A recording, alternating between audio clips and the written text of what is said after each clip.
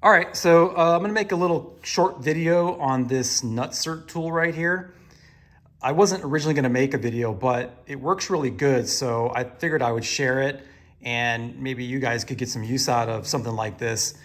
I was originally gonna buy the ones that you normally see with the big handle on it that gives you a lot of leverage, and you can clamp the Nutsert into wherever you're putting it.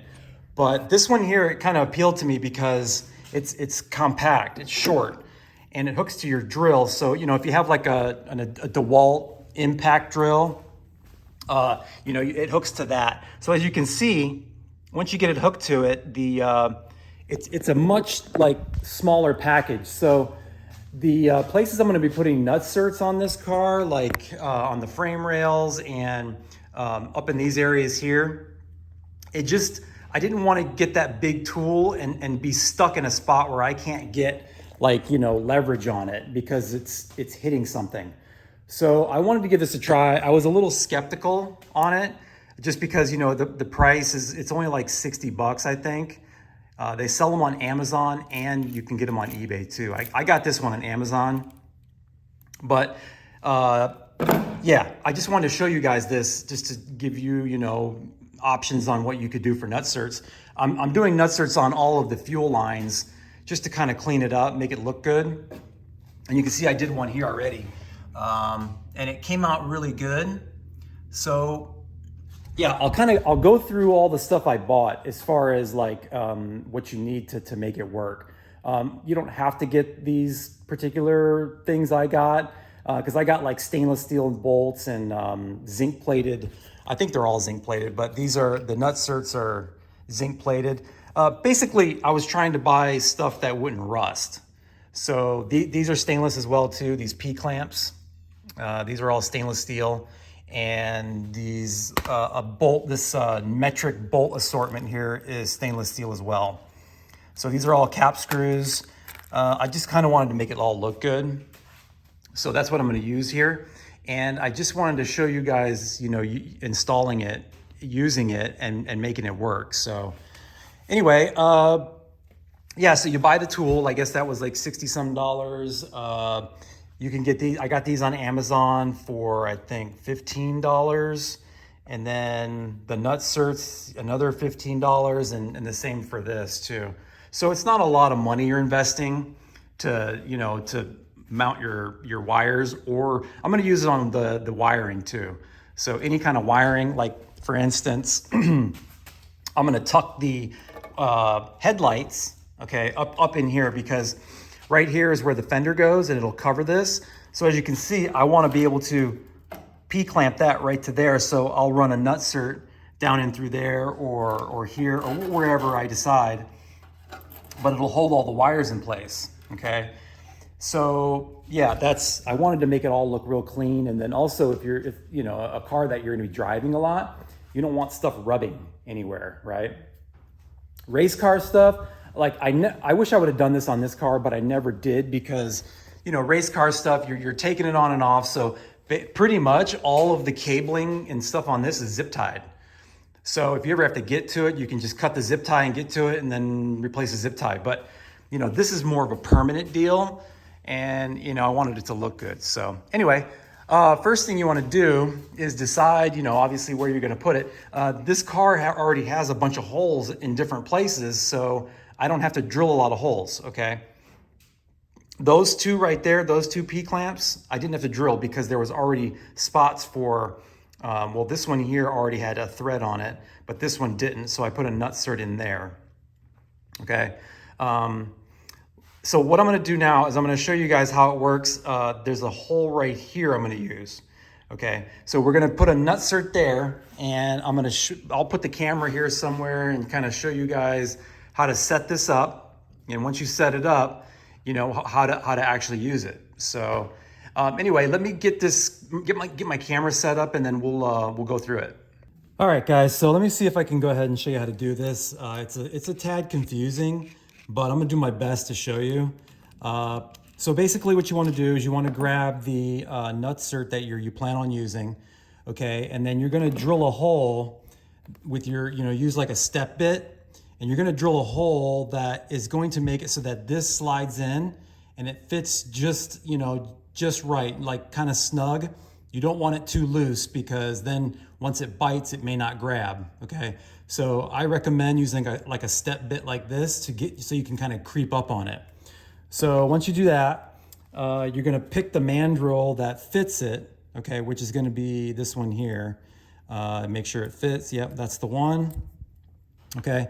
And then this basically screws in to the inside, if you can see. I don't know if you're gonna be able to see that or not, but that screws in. You wanna screw that down to the bottom, right? Then you put your little cap on here. This is the part that's gonna press up against the nutsert, okay? Then you screw this down right after that, okay?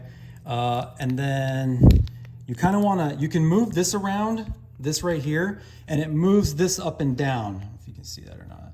So you can move it up and down. So what you don't want is you don't want to be down here and not be able to thread this on, all the way down. You see how it doesn't thread all the way down? So I'm gonna kind of go the other way with it. I really hope you guys can see this, but we're gonna screw this all the way down so you can see how it kind of comes through there, right? That's important because if you're only grabbing a few of these threads, you could definitely strip it out, okay? So once you do that, screw it down to where it's flush, just like that. You see how it's flush? And then you can go ahead and tighten this little collar here, and it kind of just locks everything in. So now it's all ready to go, okay? And then this, you just use it on your, regular drill. It's got a little fitting there that, will snap into your drill. And that's pretty much it. And then you're gonna, obviously you're gonna go forward. It's important to have a drill that has the impact feature. So otherwise it doesn't really work. It even says that in the directions that you need an impact drill, okay? So now we're all set up. We got the hole drilled. What I had to do was the hole that was already there, it's too big. So I went ahead and drilled a hole next to it. You can see on the frame rail here, there's holes everywhere. And this one that I was gonna use on this side, it's just a little too big. So, but that's okay. I have a lot of plugs that I'm gonna be plugging all these holes with. So yeah, and it kind of worked better that it was over here anyway. So I'm gonna set the camera up and I'll show you guys how it works, and then we'll try it out. All right guys, hopefully that camera's in a good position. So as you can see, you wanna make it so it just slides in. There's really hardly any play. So hopefully we get a good bite. So let me get the drill and we'll put it on there and see if we can tighten it up. You kind of want to make sure you're going, make sure you're going forward.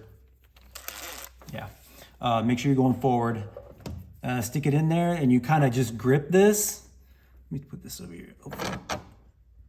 Hopefully that's a little better. So you grip this and then you just go ahead and go forward. And you can kind of feel it, like this whole thing got really tight. And so the nutsert it just tightened up. Let me back it up now. And once you go into reverse, take that off.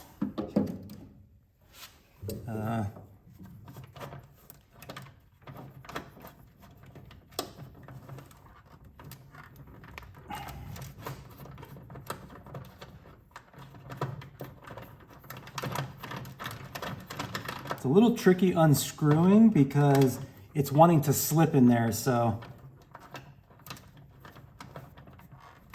there we go, got it out. So that's the only tricky part, is trying to unscrew it, but as you can see, perfect nutsert. It really does clamp it nice in there, nice and flush. All right, so now let me go ahead and get a screw and the P-clamp and let's see how it kind of fits. Okay, so I got the P-clamp and a bolt, and let's see how we did here. We want to do it the other way, like that.